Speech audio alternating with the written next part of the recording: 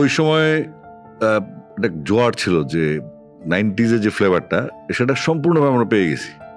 গানের পাশাপাশি সামাজিক যোগাযোগ মাধ্যমেও সরব জনপ্রিয় সঙ্গীত শিল্পী আসিফ আকবর।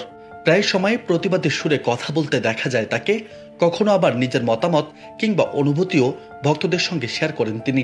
এবার অন্তর্বর্তী সরকারের কাছে 5টি দাবি জানিয়ে একটি দীর্ঘ পোস্ট দিয়েছেন আসিফ।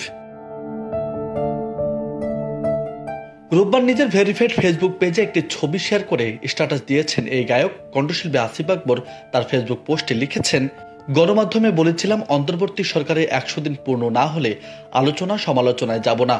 নতুন সরকারকে 100 দিন সময় দেওয়া এক ধরনের সৌজন্যতা। আমার তরফ থেকে সৌজন্যতা শেষ। এখন থেকে ভালো মন্দ লিখতে হবে পুরনো অভ্যাস। শুরু করতে চাই আমার জেলা কুমিল্লা নিয়ে। আইন উপদেষ্টা ডক্টর আসিফ নজরুল, ক্রীড়া উপদেষ্টা আসিফ মাহমুদ দুজনেই কুমিল্লার সন্তান। দুজনেই সরকারের প্রভাবশালী সভাসদ। আপনাদের অভিনন্দন। অভিনন্দনের পরে বিপিএল নিয়ে সরাসরি অন্তর্বর্তী সরকারের ক্রীড়া উপদেষ্টার দিকে প্রশ্ন ছুড়ে দেন আসিফ। তিনি বলেন, এই মৌসুমে বিপিএল ক্রিকেটে কুমিল্লা নেই কেন? আসিফ মাহমুদ, আপনি এই সহজ ব্যাখ্যাটা দিয়ে দিয়েন প্লিজ। এরপর দ্বিতীয় প্রশ্ন, অন্তর্বর্তী সরকারের কাছে কুমিল্লা জেলা ক্রীড়া সংস্থার অ্যাডহক কমিটি এখনো কেন দেওয়া হয়নি? কেন এখনো অনিশ্চয়তা?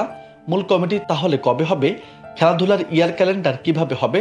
জানতে চান জনপ্রিয় এই কণ্ঠশিল্পী।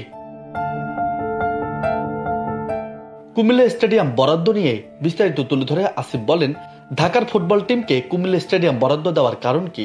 তারা হোম গ্রাউন্ড বানিয়ে খেলবে আর কুমিল্লার খেলোয়াড়রা থাকবে মাঠের বাইরে। এটা কোন ধরনের যুক্তি? ক্রিকেট মৌসুম শুরু হয়ে গেছে, অথচ মাঠ দখল করছে ঢাকার ক্লাব ফুটবল দল।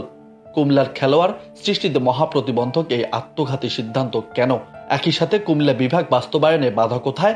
অগ্রগতি কতদূর জানতে চান আসিফ।